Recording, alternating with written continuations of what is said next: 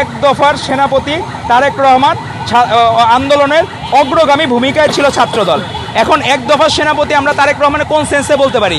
আব্দুল কাদের নিজে বলেছে ছাত্রদলের সেক্রেটারির মাধ্যমে তারেক রহমানের পরামর্শ কমে তারা এক দফা দিয়েছে। এক দফা তো আমাদের ঐতিহাসিকভাবে আমরা এক দফার দাবি তুলে নিয়ে আসছি, তো আজকের না।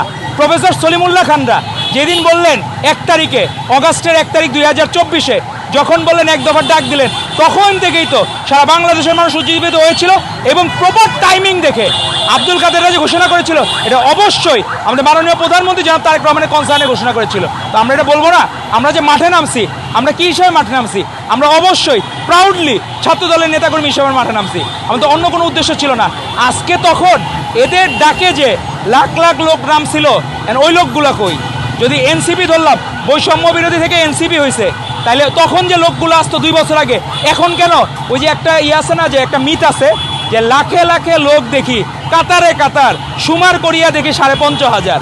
তো এখন হইলো তাদের 5,500 লোক খুঁজে পাওয়া যায় না। তাহলে ওই লোকগুলো কারা ছিল? ওই লোকগুলো অবশ্যই আমাদের মাননীয় প্রধানমন্ত্রী জনাব তারেক রহমানের বিএমপি এবং ছাত্র নেতাকর্মী ছিল এবং সাধারণ জনগণ ছিল। সাধারণ জনগণের বাইরে সারা পৃথিবীতে যত গণ অভ্যুত্থান হয়েছে সেখানে একটা রাজনৈতিক দল লিডিংয়ে থাকতো আর বাকিরা সবাই সহযোগিতা করতো। এই সাধারণ জনগণ সহযোগিতা করেছে বলেই এই গণ অভ্যুত্থান সফল হয়েছে, আমরা সফল হয়েছি। আপনি একটা জলীয় বাষ্প হওয়ার জন্য 100 ডিগ্রি লাগে, 99 পর্যন্ত হয় না। আমরা বারবার 99 পর্যন্ত উঠেছি, 100 আমরা করতে পারি নাই।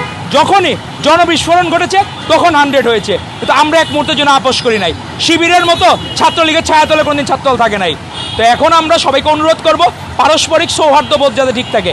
আপনারা জিতছেন মানে তো পৃথিবী জয় করে ফেলার নাই। যেগুলা গুটি করে নীল ক্ষেতের ভিপি অনেকে বলে, তো এখন সে নাকি জামাতেরই হয়ে গেছে। আবার খেপ মারতে যাইতো, সাতক্ষীরার নাকি এক এমপি দেখলাম। এখন তো আমাদের বোনেরা আগে বলতো না ধর্ষক থেকে সাবধানে থাকুন, এখন বলতে হবে ধর্ষক সমকামী এদের থেকে সাবধানে থাকুন। আগে তো বোনরাও নিরাপদ ছিল, এখন তো ভাইরাও তো নিরাপদ হয়ে গেছে।